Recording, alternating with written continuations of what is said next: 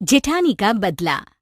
सोनम की जेठानी साक्षी को उसकी सास और नंदों ने काफी परेशान किया था, लेकिन जब तक सोनम उस घर में आई, सास बूढ़ी और ननदों की शादी हो जाती है। तुम्हारा सही है देवरानी जी, ससुराल क्या होता है ये तो तुम्हें पता ही नहीं चला।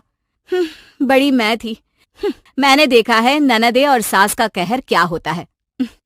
भाभी अब क्या किया जाए, जिसके भाग्य में जितना होगा उतना तो भुगतना ही होगा ना।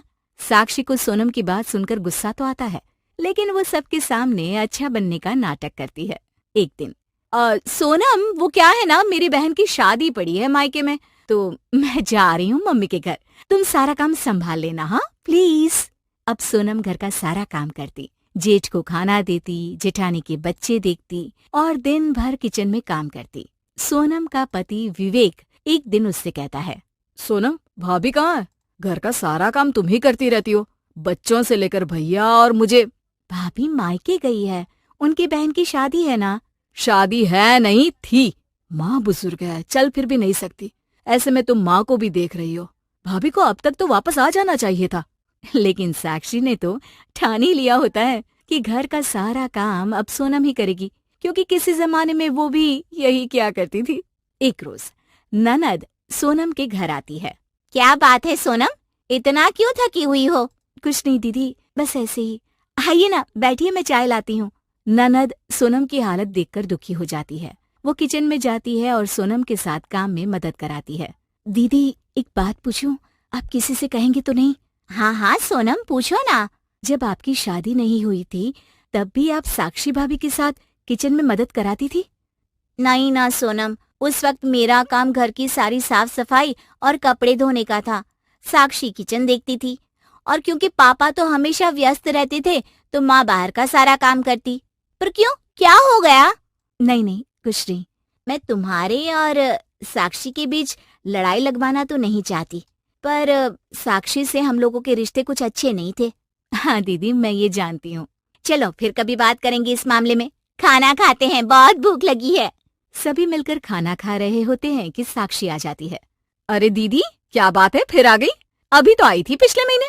रोज रोज शादीशुदा बेटियां मायके आ जाए अच्छा नहीं लगता। फिर आप लोगों की मम्मी भी बीमार है, घर का सारा काम, खाना पीना। अरे सोनम थक जाती है, वो तो मैं थी जो निभा गई, वरना आजकल की ये लड़कियां तो मुंह पर बेइज्जती करके भगा देती हैं ननदों को। हाँ साक्षी, वो तो तुम ठीक बोल रही हो, शादीशुदा बेटियां ज्यादा मायके जाए तो अच्छा नहीं लगता। पर वैसे तुम कहाँ से आ रही हो? मायके से ना। सभी हंसने लगते हैं।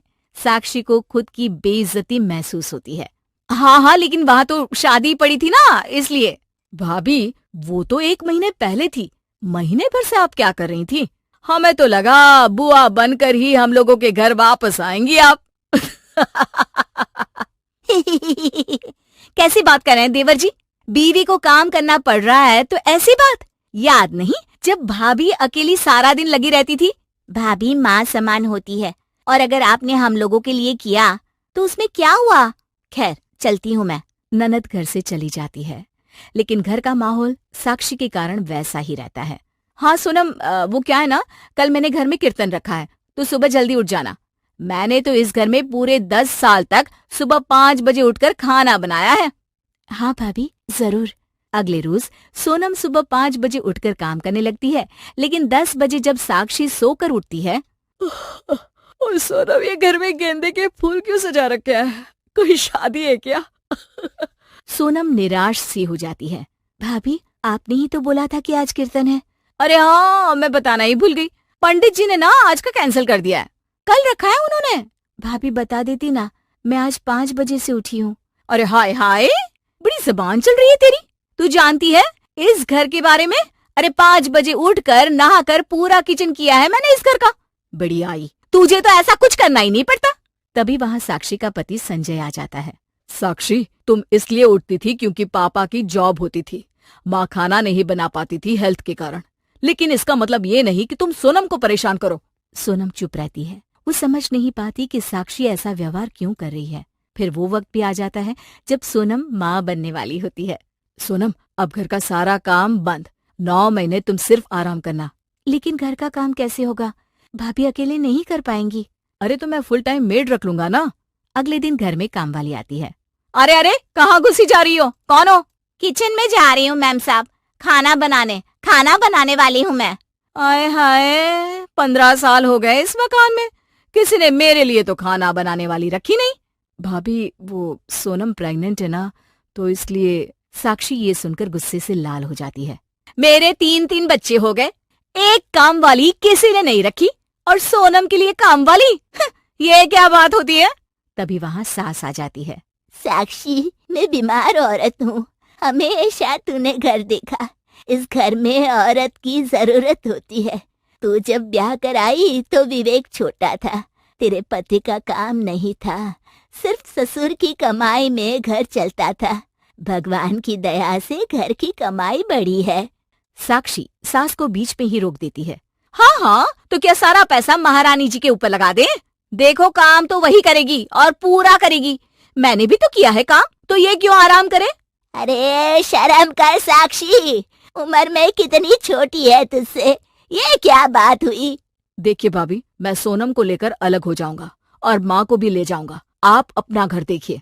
हाँ हाँ तो जाओ ना, अरे मैं नहीं डरती काम करने से। विवेक माँ के साथ सोनम को लेकर अलग हो जाता है। वक्त बीतता है, फिर एक दिन साक्षी का बेटा उसके पास आता है। माँ मैं फेल हो गया।